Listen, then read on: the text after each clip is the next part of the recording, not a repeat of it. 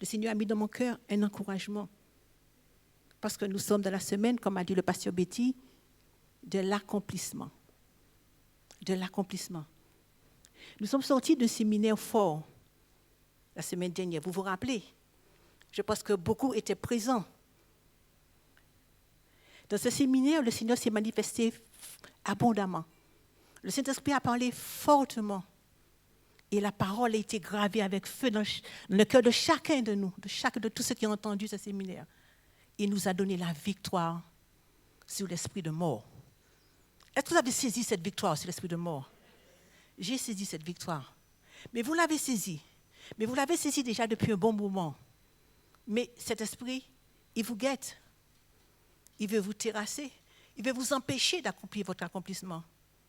Il vous met la somnolence. Il met le repli sur soi. Il met des choses pas possibles dans votre vie. Et vous oubliez l'essentiel. Vous oubliez votre accomplissement.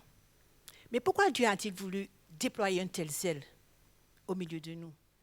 Un tel zèle pour toi. Celui qui t'a appelé veut ton accomplissement.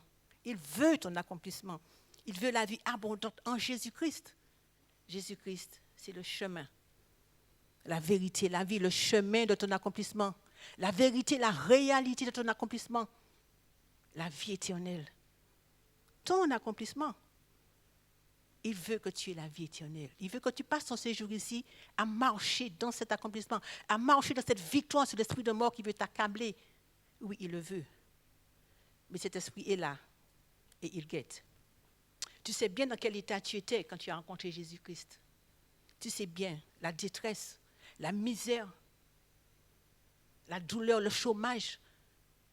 Tu sais dans quel état tu étais.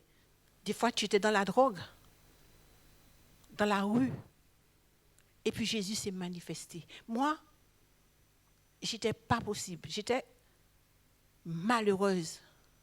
Moi, quand j'ai rencontré Jésus, ma vie de femme était saccagée. Ma vie de mère était saccagée. Je l'ai rencontré. J'ai attrapé ma victoire parce qu'il a parlé.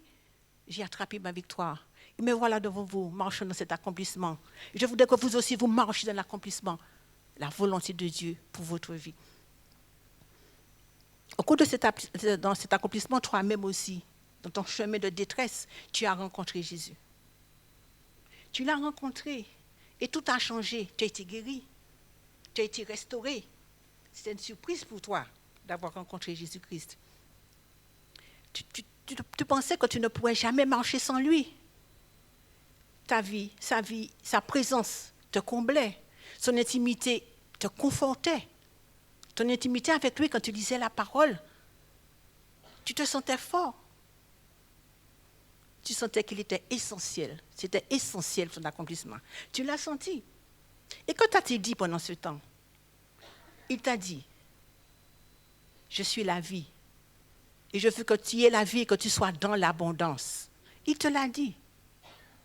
Mais pourtant, la pauvreté te guette. Il t'a dit, je suis la porte. Celui qui entre par moi sera sauvé. Il entrera, il sortira, il trouvera des pâturages. Il entrera, il sortira et il trouvera. Toi, tu entres, tu sors. Et tu ne trouves pas le pâturage parce que tu sors trop vite, tu ne restes pas en sa présence. Il te l'a dit, il t'a dit ces choses. Aujourd'hui, tu es triste. Aujourd'hui, tu es seul.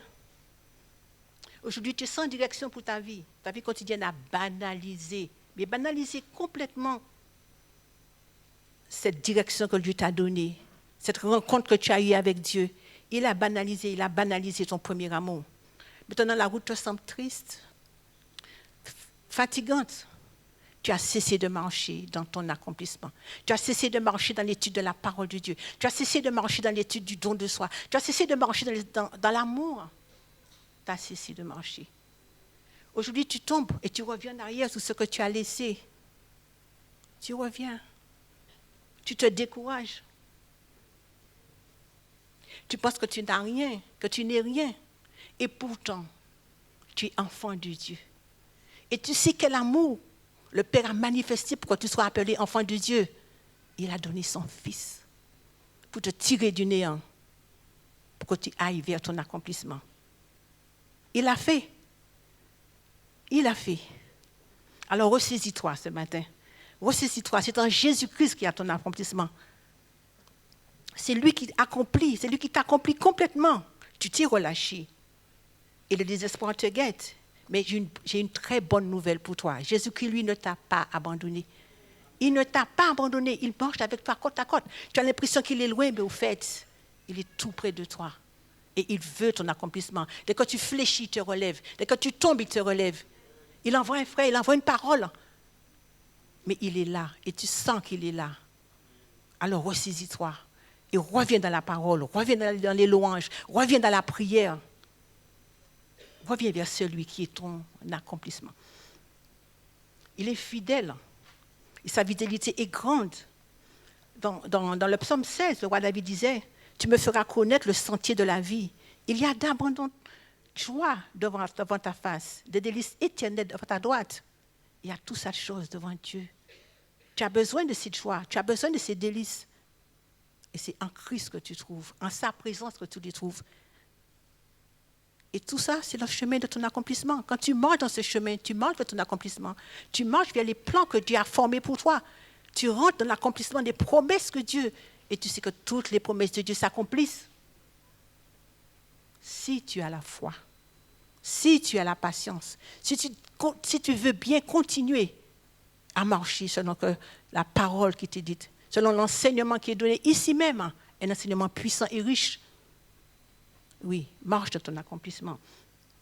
Réalise que tu t'es éloigné de Dieu. Reviens à lui.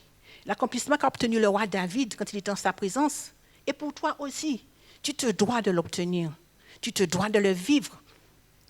Dans ton accomplissement, tu es heureux. Tu es heureux quand tu es accompli. Tu es heureux quand les promesses s'accomplissent. Tu es heureux quand tu as quelque chose.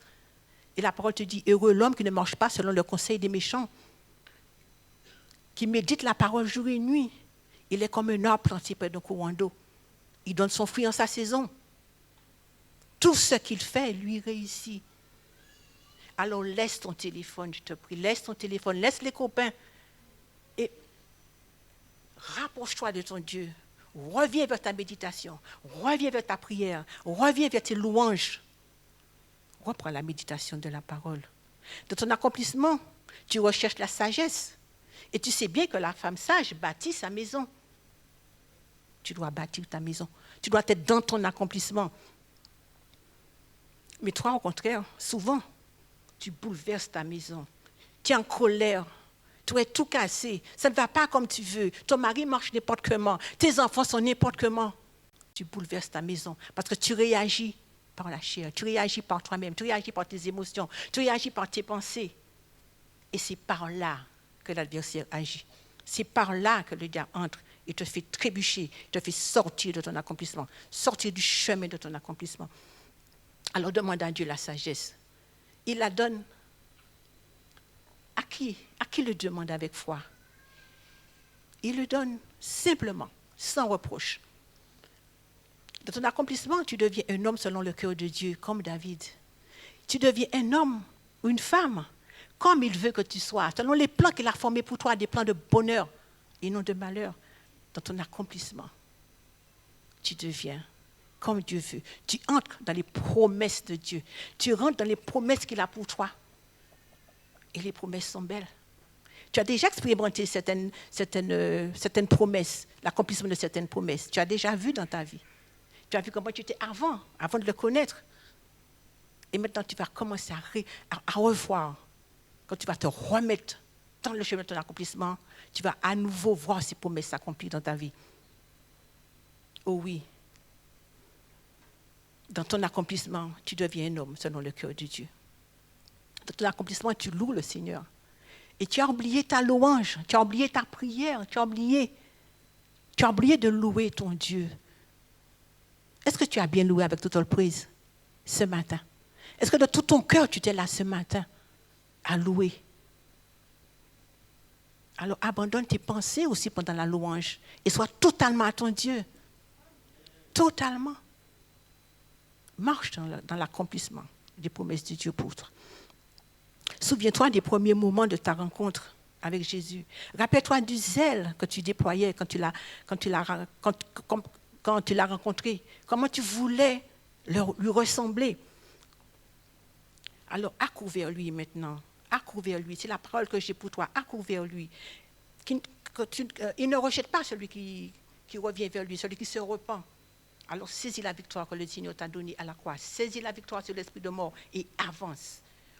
Alors, que tu sois dans les épreuves ou non, alors veille à ce que ta confiance soit uniquement en Jésus-Christ. Pas dans ta chair, pas dans tes pensées, pas dans tes relations, pas dans tes finances. En Jésus. En Jésus. En Jésus. Écoute ce matin. Ressaisis-toi. Ressaisis-toi. Rentre dans ta prière. Rentre dans ta louange. Ne t'expose pas maintenant au danger de tout abandonner quand tu vas sentir que tes ressources vont s'épuiser. Parce que Jésus-Christ, c'est la ressource. Alors sois béni. Bien-aimé, invoque le Seigneur et marche vers ton accomplissement. Car Dieu agira en ta faveur. Sa bonté durera toujours. Et il n'abandonne pas l'œuvre de ses mains. Et c'est toi l'œuvre de ses mains. Alors sois béni. Nous allons prier.